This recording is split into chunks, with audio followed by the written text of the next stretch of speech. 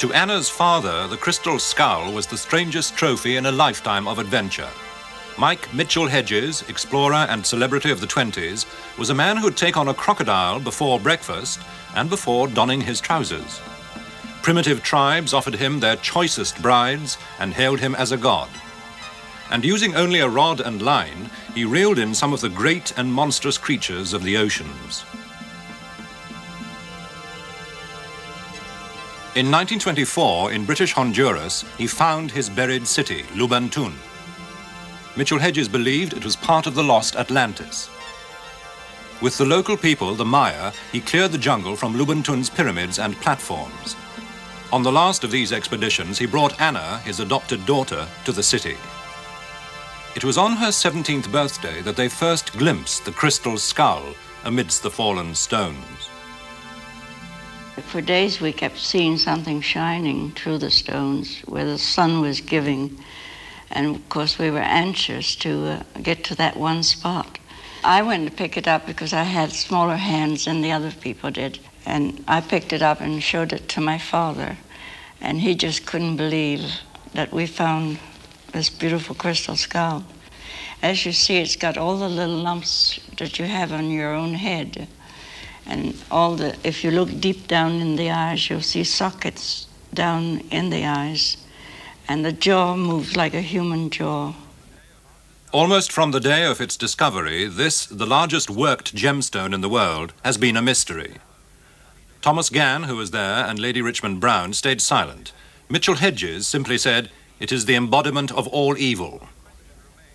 But the question remains, was it really an ancient symbol of death that took generations to fashion, or could it have been modern? The only hint lies in an uncannily similar but less intricate skull in the care of the Museum of Mankind in London. It was bought from Tiffany's, the New York jewelers, in 1898, property, it was said, of a Mexican soldier of fortune. Rock crystal is impossible to date, but the Tiffany skull does bear a faint trace, which could betray the moment when a modern cutting tool accidentally slipped.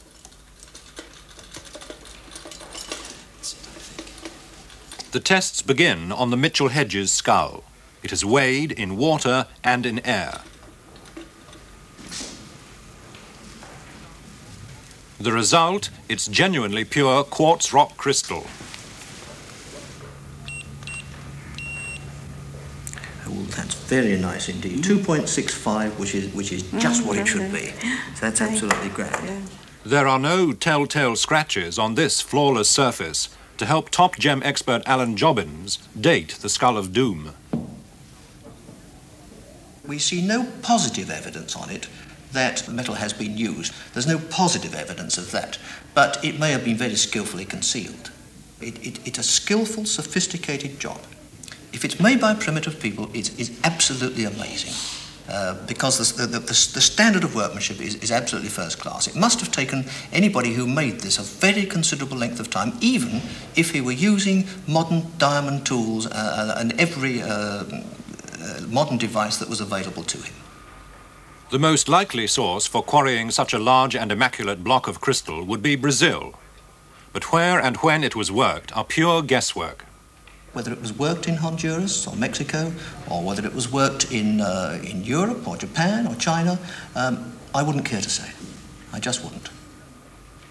In terms of mystery concerning their origins, I think it's likely to remain a mystery for a very long time. I mean, the probability is that the material came from Brazil, and it came from Brazil probably post-1700, sometime like that.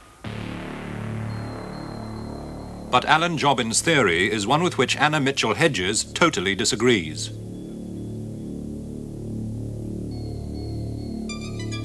The skull was made long before that, about 3,600 years ago. This is what the Maya people told us. I lived 7 years with the Maya people as a child, and I lived and ate and slept the same way they slept on the earth. And once you live with people who are so down to nature, you got to believe them.